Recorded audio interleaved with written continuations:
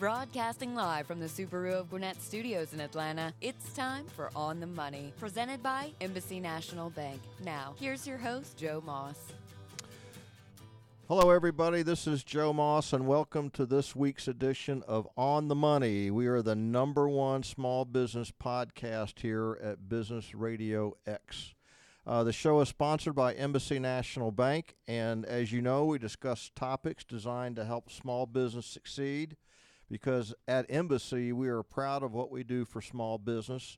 As I mentioned, I'm Joe Moss, your moderator, and I'm president of Embassy National Bank, and we are broadcasting from Subaru of Gwinnett Studios. Nice facility here, and we always thank Subaru for helping us with this. A little bit different tack today. We're going to be talking to Mr. Stan Hall. Stan, welcome. Thank you for having me. He is the head of the Gwinnett Sports Commission, the executive director. So we're going to talk to him about the Gwinnett Sports Commission. We're going to talk about a little bit about the business of sports here in Gwinnett County, its contribution to the economy, and just kind of let this thing roll, if you don't mind. No, absolutely. Thank you. Okay. First, tell us your background. Certainly not sports, I can tell you that. My background, I spent a career, and that's not a stretch, it's actually a career in either law enforcement or judicial arenas. Last 25 years or so, I was with the Gwinnett County District Attorney's Office. I was head of their victim witness unit over there, working for the still current DA, Danny Porter. Had a great career, and when I retired there almost 5 years ago, sort of got into the world of the sports business, if you will, and have enjoyed every minute of it since then. It's quite a change. Were you an assistant DA or prosecutor? No, actually was in charge of our witness protection unit. Okay. My background is traditionally in law enforcement. Of course, the prosecutor's office is a arm of law enforcement, obviously on the judicial side. So when I transferred over, I became the director of that program and retired in that position. Okay, so Gwinnett has its own witness protection program. It does. Certainly, it's a different level, of course, than a federal protection agency, but the same premise, the same principles of making sure that our witnesses are safe. And not tampered? And not tampered, and that was our mission there. We had a rather large unit that's still in place over there, of course. Wow.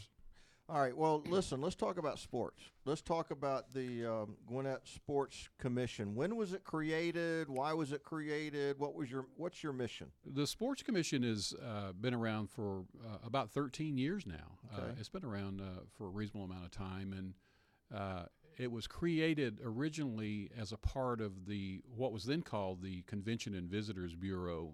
Most counties and certainly large areas, urban areas, have a CVB, as they were called. That name has sort of transformed over the years, but the Sports Commission at that point, in its origin, was simply a branch of the CVB concentrating on sports events, if you will. Okay. And what was the original mission, and how has that changed over the years? Well, the mission has changed a lot. The original mission statement has changed, and the overall job that we do has changed as well. But back when it was first created, as I said, it was part of the CVB. CVB's mission is to bring events to Gwinnett County that will help the hospitality industry, whether it be hotels or restaurants or retail, whatever it might be. But hospitality commerce bringing to the county is what the CVB typically does, or what any CVB typically does. So when the Sports Commission was created, theirs was no different, except for the fact that the Sports Commission obviously concentrated on what can we do to bring sports events to Gwinnett that will also bring spectators, participants, family members, et cetera, to serve the main purpose or the same purpose as the CVB statement. Okay. As it's grown, it hasn't changed as far as trying to continue to do that, but it's certainly the powers and the responsibilities of the Sports Commission have grown really in a great fashion. But that original mission statement still stands as what we try to do. Now, how are you funded? Through taxes in Gwinnett, or to property taxes, or how are you all funded? CVB's funded through hotel motel tax, Okay. and as all CVBs are. So obviously it's important for us to keep our hotels and motels as full as we can. We agree with that at Embassy National Bank. And we've done a really good job. Our occupancy rate is always one of the best in the state of Georgia, so we're very proud of that fact. But we are funded, the Sports Commission is funded in part by a hotel motel, but based on some new responsibilities that we've taken on, there is other revenue that's created based on those new responsibilities and legs of that organization, if you will, that we've now assumed. Now, sports in Gwinnett County they've just come from everywhere. I mean, now we've got we got 2 professional sports teams in Gwinnett, 3. Well, we've got 4, actually. 4. We've got 4 professional affiliations. We've got the Gwinnett Braves, the AAA affiliate of the Atlanta Braves. Yeah. We've got the Atlanta Gladiators, previously the Gwinnett Gladiators up until this season. Mm-hmm. We've got the Mitsubishi Electric Classic, a PGA Tour Champions Tour event. And then we have the newly formed, not newly formed, but newly to us, the professional indoor lacrosse team, the Georgia Swarm, which just relocated here from Minnesota. So we have 4 professional affiliations that are all located inside of Gwinnett. So reading through the show prep, the Sports Commission actually owns the rights to the golf tournament? Yes. The Sports Commission owns the contract with the PGA Tour to host a PGA Tour Champions Tour event. It was previously known when we first brought the tournament back to Gwinnett over at TPC Sugarloaf as the Greater Gwinnett Championship. Mm-hmm. We signed a deal this past year with Mitsubishi Electric, who became our title sponsor. But yes, the contract for that event belongs to the Sports Commission. Now, previously that was the Bell South Classic. Well, it was the Bell South, then it was the AT&T. That was a PGA Tour event. Okay. The Champions Tour event is what used to be called the Seniors Tour. Right. It's no longer called that, obviously. It's called the Champions Tour now. Makeup of, I still believe, some of the greatest golfers in the world. Sure. The ones that are more fun. Yeah, that are more fun. They have personality. But we still play on the same course. We play at TPC Sugarloaf, which is one of the most beautiful courses in the country still. And any golfer who's been there would concur on that. But, yes, we still play the same format that they did, just Champions Tour versus PGA Tour, which is all of the same affiliation. It's the age difference. Okay. And so back in the day, did you license with the PGA Tour to do that, or did that license with somebody else? Same. The PGA Tour owns the rights, if you will, to all PGA Tour events, Champions Tour events, web.com, PGA Tour Canada, PGA Tour Asia, whatever it might be. PGA Tour offices down in Ponte Vedra actually control all those events. That's right. And then if you're the Sports Commission says we want to try to have a tour event, and contact them, and then they license. You work out a contract. Enter into a contract with them for the event, and then of course the funding of the event is up to the entity who decides to bring it there. Here in Gwinnett, we have a board, if you will, called the Gwinnett Championship Foundation, who oversees our golf tournament, and that's who we report to. It's a nonprofit organization. Obviously, as all PGA Tour events are nonprofit organizations. Right. So that's what we have here. And so the ancillary revenue that you just talked about, that's an example of that, correct? That's an example. That's a self-funding event. There's no hotel motel tax that goes into that event at all. It's completely funded by sponsorships that are sold there, revenues that are generated as part of that tournament. So that's an example, yes, of other revenue that comes in other than that traditional way. Okay. So let's talk about the Gwinnett Braves. That was a real quick decision that you guys were able to pull off, wasn't it, with the Braves organization? Well, it was very quick. The timing was right, if you will. The Atlanta Braves were looking to relocate their AAA team from Richmond. Some of the people in Gwinnett who first got involved in that deal, if you will, saw an opportunity to bring professional baseball to Gwinnett, and that stadium was built in record time. And the timing was perfect, and the deal was pulled off very, very quickly, and we're now entering our 6th season of having the AAA affiliate here. Yeah, we do a lot of work with with Bert, one of the on the commission with Bert Nasuti. in his law firm. Yes. So yeah, he was on the commission, the county commission at the time. Yeah. And was instrumental in that. And bringing that in. Yes. Okay. And what was your role in that? I was on the board of directors for the CVB at the time. Okay. But still employed at that time by the district attorney's office. And okay. But I served on the board of directors for the CVB, which oversees all that we do within the confines of that organization. Okay. And so, so you just shifted from being on the advisory board, actually doing the work. Well, yeah, that's one way of putting it. Yes. As the Sports Commission and now the Visitors Bureau, are they considered parallel now, or is it still very much Sports Commission kind of reporting up to the Visitors Bureau? Well, the Visitors Bureau. I was thinking the Sports Commission now has gotten really big. It is really big. The CVB, I think the best analogy would be to think about an org chart. The CVB would be the parent company that the board controls. And then if you placed columns under that particular diagram, you would have Explore Gwinnett, which is now the tourism leg of the CVB. Sports Commission. We have the arena at Gwinnett Center, the new Infinite Energy Center. Right. We have the convention center. We have the golf tournament. And then, you talked a little bit about the Gwinnett Braves, but we actually own the facility that they play in. Correct. So you rent that out to the Sports Commission, right, is the arm of that organization that controls that facility. All right, here's a question I've always had. The Gwinnett Braves, are they are a separate entity? Are they actually owned by the Braves or separate owners? They're owned by the Atlanta Braves. Okay, so they're a subsidiary of the Atlanta Braves, correct, so to speak. Okay. And that's not true across the board, and as you probably know, in professional baseball. A lot of, even up to the AAA level, those clubs are owned privately and they have an affiliation with a professional ball team. Correct. Here, the Atlanta Braves own all of their minor league level teams from AAA down to single A, all the way down to the instructional league. Well, the Kansas City Royals are like that too, I think. I think Kansas City, and there may be more than that, but it's still very common for minor league professional baseball teams to be owned by an independent person other than their parent ball team that they report to. Well, I can see a ball club wanting to own the team because it makes transportability of players, I would think, a lot easier. Very easy, yes. Here in Atlanta, it's very easy for a lot of reasons based on geographics and all kind of things. We're 20 miles from the stadium, so yeah, get in a cab, you're going down again. Yeah, you can get called up at 1 and be there at 1:30 if you have to be. Right. So yeah. What is the economic? How much?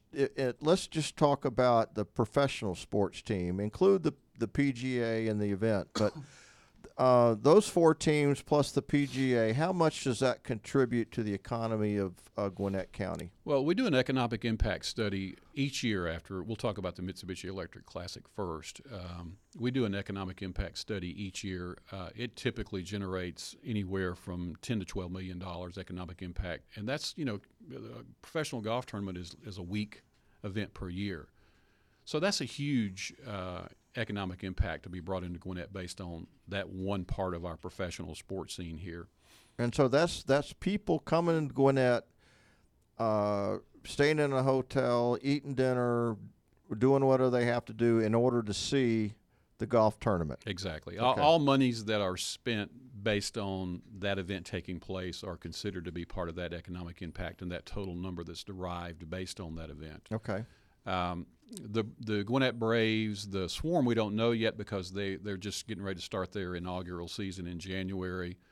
The Gladiators, combined, I would say it's probably it's probably close to $20-25 million per year that these teams and or events bring in from a sports perspective. That's a big number. It's a big number. Let me ask you this question: what would the sports programs look like in Gwinnett had there not been a sports commission? Well, I think it would look like most areas, actually. Everybody has youth sports for the most part. I mean, we all grew up playing youth sports. It certainly wasn't to the level that it is today. It's a whole different picture that youth sports present to the kids today than what I grew up in the 60s and 70s. But it would be something that was probably much less organized. The communication between them, I think, would probably be less But I think sports commissions, particularly here in Gwinnett, I like to think, and certainly I'm biased in my opinion, but I like to think we're the conduit to all sports that take place in Gwinnett. If somebody has a question, somebody has an issue, somebody has a problem, they can come through the sports commission, and if we don't know the answer, we know the person who can answer that question for them and get them to the right spot. Now, for example, youth baseball. Do you guys have a role in youth baseball? We do through Gwinnett Parks and Recreation System. Okay, so they organize. It's one county league. Yes. That puts on all the different youth teams. Yes. Gwinnett County owns all of the park facilities that are located here. Okay. Not only own them, but maintain them. Okay. But when you think about youth sports, the Gwinnett Parks and Recreation has turned over to these different, again, nonprofit entities. You have the Gwinnett Football League, the Gwinnett Baseball League, the Gwinnett Basketball League, and on. And they organize and facilitate those programs based on the county providing the facilities. Okay, and the sports commission role in all that? The sports commission is completely involved as far as being a liaison to the Parks and Recreation and those leagues, if you will, that operate the various sports disciplines. But we have great contact with them and Gwinnett County through the maintenance of the facilities. We talk to them every week about one thing or another. Is that when you boil it all down, the professional sports teams and the golf tournament, they're fun and everything, but it seems that one of the largest impacts is the sports programs for the kids. Well, let's talk about one example, the Gwinnett Football League, which is one of those entities that operates within the confines of the Gwinnett Parks and Recreation facilities. It's the largest football league in the country. Is that it's the largest youth tackle football league. It's tackle football, yeah. Wow. And so this is the feeder teams that go into the high schools, I would think. Oh, yeah. And that's always been the thought process of putting these parks in close proximity to a high school that would become the feeder program for the junior varsity team, the varsity team. So they're well developed. They're well integrated, I guess, in the culture of whatever that school might be. And they're a South Gwinnett Comet at 8 years old, and they're a South Gwinnett Comet when they become in high school, and across the board, whatever the school might be. So it gives you a great sense of ownership. It gives you a great sense of team pride, school pride, et cetera, all those things that you want in sports. Mm-hmm. So it's a great program. It's worked very well for a great period of time now. All right. So you were talking about the impact of the football program. And then there's probably a baseball. Is there a youth lacrosse program these days? Huge youth lacrosse program. Where is that all going? Is football trending downwards and lacrosse, soccer going up, or what are the numbers? I think that I have to be very careful not to say anything that will offend my football friends, but I know. Football is still key. I love football, by the way. I love football. Getting hurt's part of the game. Getting hurt's part of the game. But some people, some parents, I should say, aren't willing to subscribe to that anymore. And sure. Some of them are, I think, pushing their children in different directions, which that's certainly up to the parents and the kids what their interest in sports different is. than when we were growing up. Well, it's a lot different, and probably, and I can say this because I fall into that era that we're talking about of being different. I'm not sure that our parents had the knowledge and the information that if they had what we have available today, they may not have pushed us into youth football either. That's true. So, that's probably true. The concussion issue is a huge issue, not just in youth football, but in youth soccer. Concussion's a big issue in youth soccer. Not just the ball banging off your head, but heads banging off of heads and the things that happen, when you're all going for that same ball. I think that it's just a different time. Parents are provided with a greater wealth of knowledge as far as health and safety issues concerning youth sports, and they're making different decisions based on that.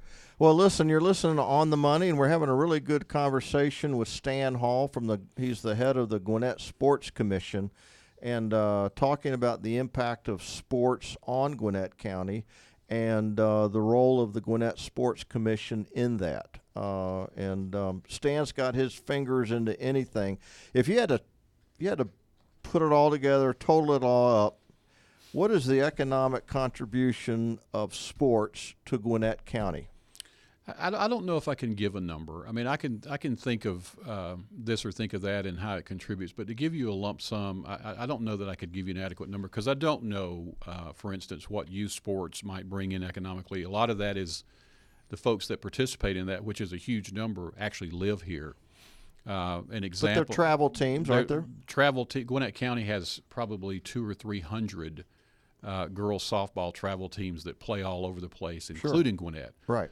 So, in that respect, sports not only provides an economic impact for Gwinnett, but there's folks here in Gwinnett that are taking it otherwise based on sports being the common denominator as well. So it's a huge economic engine.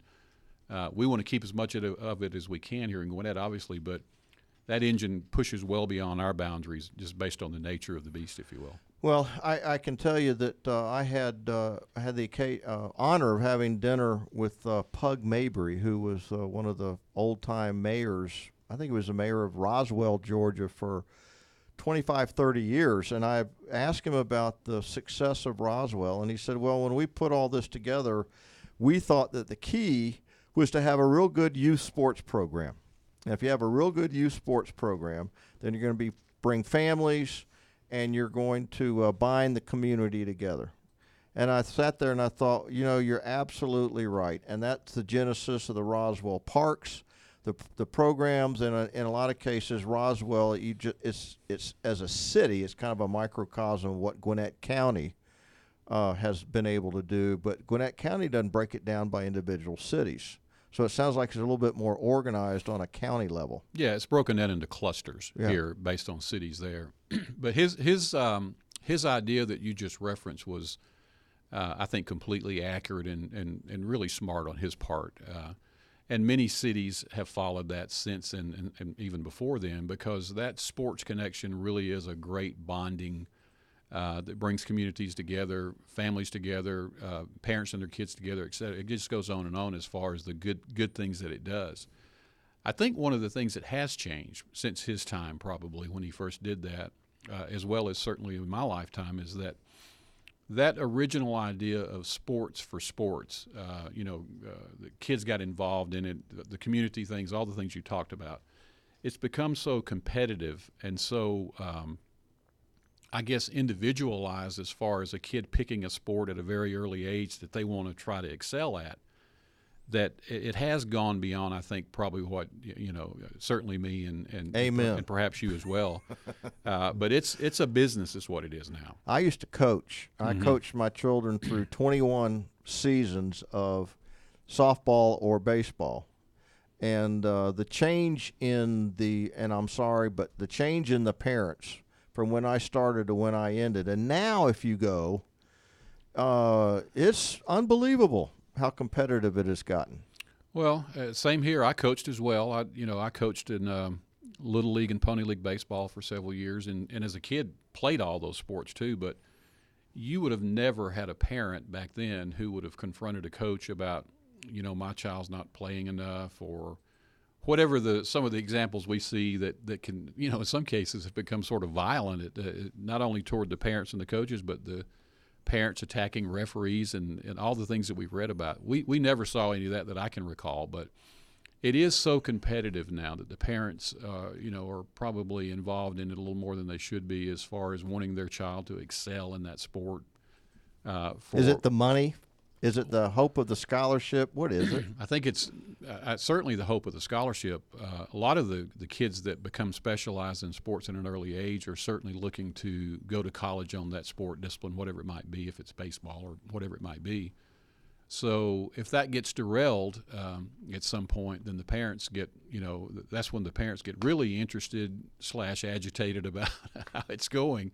So it is a business in a lot of different ways other than just the monetary aspect of it. So what we saw unfold over the last couple of weeks at University of Georgia is just kind of like the top of the mountain compared to what sports philosophy is in the society that we're in today, I would think. Well, college football, and again, we talked in the early point about we're sports fans. I'm a huge college football fan. Whether there's so much money in that right now. Oh my gosh, so much money in it, and I am unapologetically a big Georgia fan. Sure. I have a daughter over there who's a sophomore, so I'm all about the dogs right now. But that business as well it's such a business and then a sport as opposed to what it used to be. Again, I hate to keep referring back to old days, but it was the sport. We're there. I'm there and past. I'm there and past. But it was the sport. Then probably the business side of it was secondary. But now I think the business side of it sort of is the ruling factor that everything else has to fall in place around. You mentioned. I got to tell you a story about Roswell, but you mentioned the alignment of the feeder programs and how you start playing as a South Gwinnett Comet. Yes. And you just go up. The deal is you go up through high school and et cetera. Well, in Roswell had a very good feeder program as well, and especially in football and in baseball. But football was, as you know, it's the South and it's just huge. So it had the Roswell Hornets, and then over east of us is the Milton High School, the Milton Eagles, and kids, grew up to be a Milton Eagle or they grew up to be a Roswell Hornet. Mm-hmm. There was green and black and red over there, and then all of a sudden Fulton County came through and changed the school districting. And in our neighborhood, they drew a line right down the road, and so now there was not in our neighborhood, but the neighborhood just one over. Mm-hmm. Where these kids had been raised to be green and black, green and black, green and black. Boom, overnight they had to go to Milton. Yeah. It was, that was brutal. Yeah. Well, it is, and I think that's sometimes unfortunate when those things happen, and they happen for reasons that are beyond the control of but of us. You roll with it. But you roll with it. But the good news is you're referring Roswell. If I'm not mistaken, they're in the state championship this coming weekend. Are. So football must still be king in Roswell. So. Well, we've had our dark years, we had our good years, and then we've had, we roll back and forth. Actually, Roswell High School has generated 2 Super Bowl champions out of its program. Really? Jermaine Phillips, who played at University of Georgia, he went on to play with the Tampa Bay Buccaneers. In his rookie year, he was playing behind John Lynch as a strong safety and was mentored and trained by John Lynch. Imagine that kind of training. Mm-hmm. And they won a Super Bowl his rookie year. Yeah. And they awarded him a ring. And then Chris Reese went to Georgia Tech. He was the guy that recovered the fumble for the Saints that started the second half of the New Orleans Saints Super Bowl victory. Yeah. So Gwinnett, based on I do think Gwinnett has probably one of the best sports platforms, and I really mean in the Southeast. On a county basis, it sounds like it. They do, and sort of following up on what you're talking about with the Roswell players there. For the past 5 or 6 years now, the Gwinnett School Board's Foundation created a Gwinnett Sports Hall of Fame. Mm-hmm. And we induct, and I sit on that board, which we just met yesterday. We've got some really good news we're going to release pretty soon. But we induct 5 former players / coaches per year who made just a phenomenal impact that got their start in Gwinnett County. And we have people like the Stinchcombe brothers who both played professional football. Sure, they both played at Georgia. Both played at Georgia. One ended up playing in New Orleans. Yeah, and one played at the Patriots. Big brother did. David Green, who was the quarterback at Georgia, he's a South Gwinnett player. David Pollock, who played at Shiloh, went on to play at Georgia and played at Cincinnati before he was hurt. George Rogers, a Heisman Trophy winner, played at Duluth. So those are just some examples of the names that have already been inducted into the Gwinnett. Who's the young man that plays? Francoeur. Jeff Francoeur. You have to be retired if you're professional. Well, as long as he. But Jeff Francoeur will certainly be inducted into that Hall of Fame the minute he drops his bat for good. So because he is the pride of Gwinnett still, and a great, not only a great athlete but a great person. And so. I guess that the Gwinnett approach is a lot more cohesive than allowing the cities to take charge of their sports leagues, I would think. Yeah, and I think, of course, when I was a kid, the cities did control the leagues. I lived in a rural area, not here in Gwinnett, but How did that undo itself to where everybody kind of? Well, just the cost of the facilities. It became a little more So difficult. the city sold them to the county? In some cases, they did. Okay. And Snellville's an example here in Gwinnett County where the baseball is played over there is now a Gwinnett County Parks facility, but that used to be a Snellville facility. That's an example of where they did sell it to the county. Okay. But as the county's grown, they've just continued to develop first-class quality parks, again, within the clusters of those schools for obvious reasons. And, Gwinnett County Parks and Recreation has been voted either once or twice. Once as the premier parks and recreation department in the entire country. And most recently, I believe it was last year, they got that same recognition for the state of Georgia. So their facilities are second to none. Now, you're familiar with the big Bobby Cox facility over in Bartow? Yeah, Lake Point. Lake Point? Yeah, Lake Points. Did Gwinnett ever consider something like that? No, and we considered it until we found out what it would cost. And then we deconsidered it, but that's something interesting to talk about because that Lake Point complex that Bobby is involved in as far as an ownership perspective, it's really changed and will continue to change the whole format as to the way a lot of sports commissions operate because nobody is going to be able to compete with that facility when all is said and done. Mm-hmm. When all is said and done, and when I first heard this number, I thought, yeah, that's a great number. I don't see that happening, but now I'm beginning to think it is going to happen. It'll be over $1 billion complex up there, and they're not even. I don't even think they're 50% completed yet, and it already looks like when you go up there, it's Disney for sports. It's that kind of a facility. And they're starting to really it's one of the biggest sports complexes in the entire country. Well, Certainly, I've heard that ESPN is building their own production facility down there. I've heard the same thing. They've got baseball, they've got basketball, they've got football, they've got beach volleyball.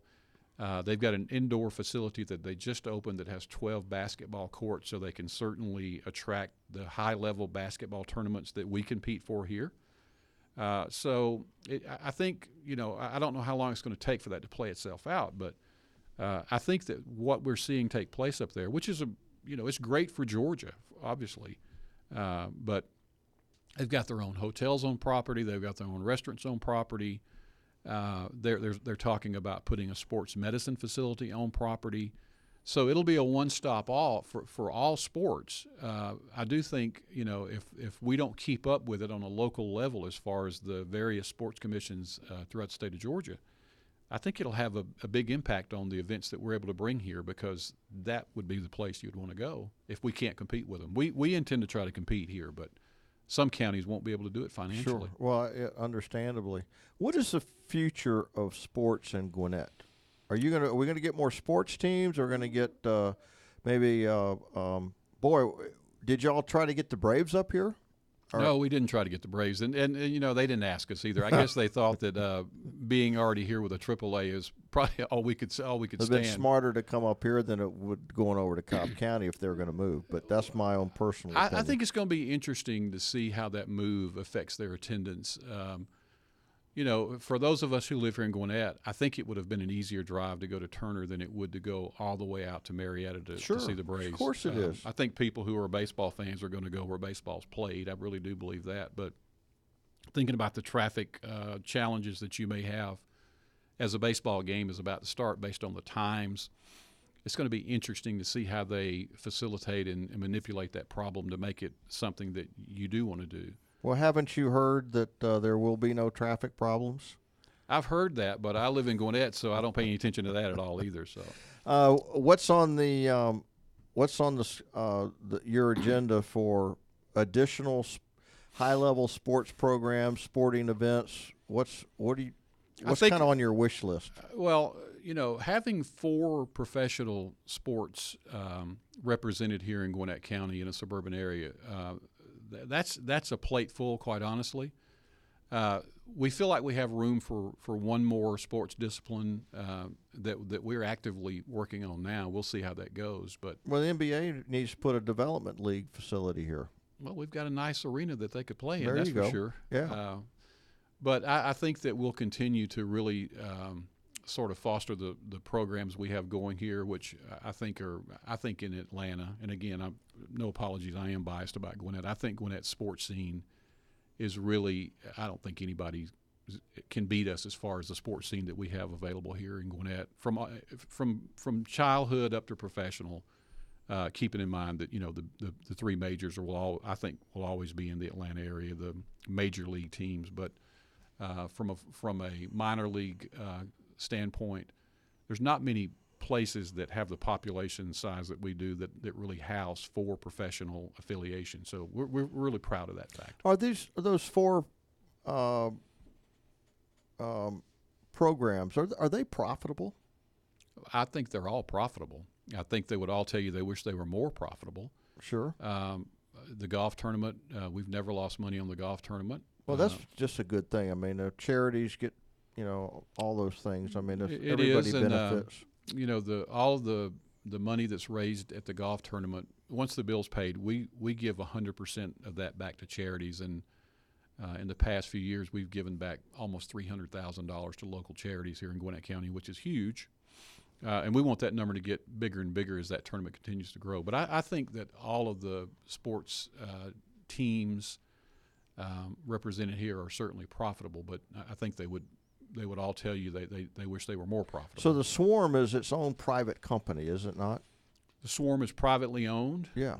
So they rent the facility, right? From you guys. They rent it from the CVB, who owns Gwinnett County owns the facility, Sure. but we're contractually we are the ones who operate that facility. Right. So they have a contract with us to bring that team here, but it is a family-owned business. The Arlotta family owns the business. They were in Minnesota for quite a while. Mr. Arlotta, the owner of the team, lives in Hilton Head, and I think he wanted to try to get the team a little closer to where he lived. And I think it's going to be a huge, huge hit, Major League Lacrosse. And the Gladiators are privately owned as well, are they? They not? are. Yeah. They Okay. are. That gentleman, it's a partnership, but it's a small partnership. And they're all not far from here. Are they a farm program for the NHL? Yes. Are they affiliated with the NHL? The Boston Bruins? Okay. Yeah. Okay. Yeah, they were with they were an affiliate last year, I believe, of the Phoenix NHL team, but this is the first year that they've signed on with the Boston Bruins, which I think is huge for them. I got a question. Boston Bruins have big payroll guy up in Boston. They want to send him for rehab or whatever to come down. I mean, hurts his ankle. They want to get him back on the ice. Don't want to bring him up. Who pays his salary if he's ended up playing for Gladiators? The Bruins would. The Bruins would? Yeah. Do the Gladiators have to rent him at all? No, I don't think so. It's a little bit different than the the Atlanta Braves and the AAA because when the Atlanta Braves have a guy that's on rehab, they send him down. He plays at Gwinnett, but the Atlanta Braves still are responsible for that salary. So I think it would be the same with that. I would think the small owner would say, "Hey, bring all your big name talent here. If you're going to pay for it, you sign the check, yeah, and I'll get all the extra people in." That's right. That's exactly right. Well, we've got to the end of the program here, and I've really enjoyed talking to you and getting the full flavor of. And I guess people need to understand in Gwinnett how big the sports program is for the economy of Gwinnett, and how we need to get out and support all the teams, even the youth leagues, everybody. Yeah. For the small business owners out there, buy your tickets for the Swarm. It's a good team. Gladiators are wonderful to watch, and the more we contribute to this, the better off we're going to be. Yeah, and I think they're all very respectable organizations. We're proud to be affiliated with all of them. So I agree with everything you've said. I think sports is huge for Gwinnett, and we intend to stay that way. Stan, you got to tell everybody what your email address is.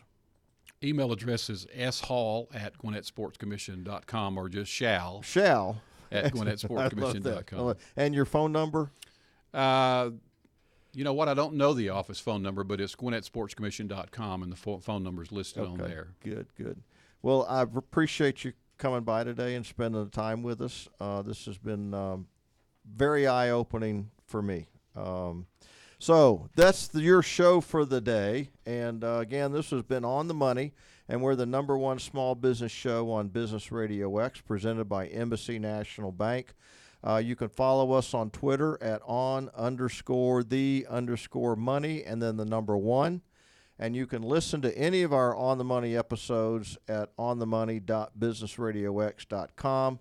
And then go look for us out there on iTunes, and you can download a feed, and we're also out now on YouTube.